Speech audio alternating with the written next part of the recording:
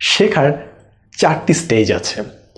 First stage এবং সবথেকে নিচের স্তর হচ্ছে আনকনসিয়াসলি ইনকম্পিটেন্ট, অর্থাৎ আমি জানি না আমি কি জানি না, অর্থাৎ আমার কোনো আইডিয়াই নেই যে আমাকে কি করতে হবে, কোথায় যেতে হবে এবং কি জানতে হবে। সো এটা হচ্ছে সবথেকে বাজে স্টেজ এবং এটা হচ্ছে সবথেকে লোয়ার স্টেজ এবং কারো এই স্টেজে থাকা উচিত না। সো আমি যখন নিজেকে দেখবো যে আমি এই স্টেজে আছি কোনো একটা জিনিস শেখার ক্ষেত্রে, আমাদের ফার্স্ট কাজ হচ্ছে এমন একজন মানুষকে খুঁজে বের করা যে মানুষের এই সম্বন্ধে কোনো আইডিয়া আছে এবং তার কাছ থেকে জানা, অথবা গুগল কিংবা ইউটিউবে জানা।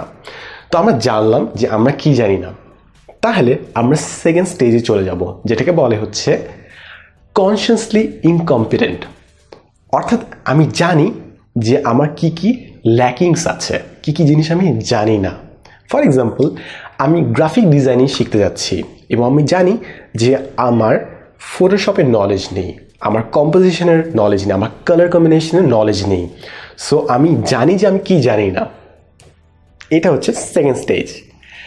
তাহলে আমি যদি জানি আমি কি জানি না, আমি এফোর্ট দিতে পারবো ওই জিনিসগুলো শেখার ক্ষেত্রে এবং আমরা ইভেনচুয়ালি শিখতে থাকবো। ফর এক্সাম্পল, কোনো সফটওয়্যার শিখবো, কোনো স্কিল শিখবো, কম্পোজিশন শিখবো, কালার কম্বিনেশন শিখবো।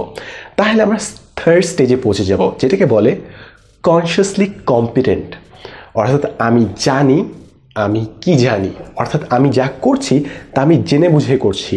আমি যখন ক্যামেরা ক্লিক করছি আমি শাটার স্পিড আইএসও বুঝে ক্লিক করছি। আমি যখন গ্রাফিক ডিজাইন করছি আমি কালার কম্পোজিশন বুঝে করছি। যখন হিসাব করছি ফর্মুলা বুঝে করছি। এবং এটা করতে করতে একসময় এমন হয় যে আমরা পুরো অভ্যস্ত হয়ে যাই। ফর এক্সাম্পল, আমরা যখন ছোটোবেলায় নামতা করতাম আমাদেরকে বলতো 7 নং কত, সো আমরা অনেক ক্যালকুলেশন করে 7 নং 500 না 63 এরকম চিন্তা করতাম। বাট ইভেনচুয়ালি এগুলো ক্যালকুলেশন করতে করতে করতে আমাদেরকে পরে যখন বয়স হওয়ার পর বলে যে 7 নং কত, 63 ঠাস মাথার উপর দিয়ে, তখন আমরা কোনো প্রসেস না চিন্তা করে স্ট্রেট আনসারে যেতে পারি। অর্থাৎ অনেকটা মাসল মেমোরির মতো, রিফ্লেক্সের মতো, চিন্তাও করা লাগে না পারফর্ম করার জন্য। এবং সেটা হচ্ছে ফাইনাল স্টেজ, যেটাকে বলে আনকনসিয়াসলি কম্পিটেন্ট, অর্থাৎ আমি প্রসেসটা চিন্তা না করে স্ট্রেট আমি আনসারে যেতে পারি। এবং এটা হচ্ছে শেখার সবথেকে বড় স্টেজ। ফর এক্সাম্পল, যারা পাবলিক স্পিকিং শিখে প্রথম দিকে কিংবা কথা বলা শিখে, তাদেরকে প্রতিটা স্টেপ চিন্তা করে শিখতে হয় যে গ্রামার ঠিক আছে নাকি, সেন্টেন্স ঠিক আছে নাকি, আমি কি আই কন্ট্যাক্ট করছি নাকি, আমি কথা বলার মাঝখানে গ্যাপ দিচ্ছি নাকি, পজ দিচ্ছি নাকি। সো যখন এগুলো জিনিস শিখছিল থার্ড স্টেজে, অর্থাৎ কনসিয়াসলি কম্পিটেন্ট, জেনে বুঝে করছিল, তখন প্রতিটা জিনিস চিন্তা করে করে করছিল এবং এই জিনিসটা একটু স্লো করে দেয়। বাট যখন ও আনকনসিয়াসলি কম্পিটেন্ট, ও না চিন্তা করেই স্ট্রেট ইংলিশ বলতে পারছে, ও না চিন্তা করে স্ট্রেট কমিউনিকেট করতে পারছে।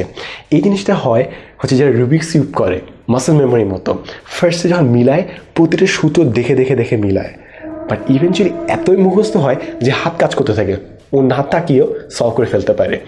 তো ওই স্টেজে গেলে হচ্ছে ফাইনাল মাস্টারি, অর্থাৎ পুরো জিনিসটা আয়ত্ত করে নেওয়া হয়। সো এই ছিল হচ্ছে শেখার 4টি স্তর। সো আমরা যখনই কোনো নিউ জিনিস শিখবো আমরা দেখবো যে আমরা কি জানি না, তারপর জিনিসটা জেনে নিব, জিনিসটা শিখবো, তারপর এত প্র্যাকটিস করবো যে আমরা মাস্টার হয়ে যাবো জিনিসটার। Happy learning. Thanks for watching.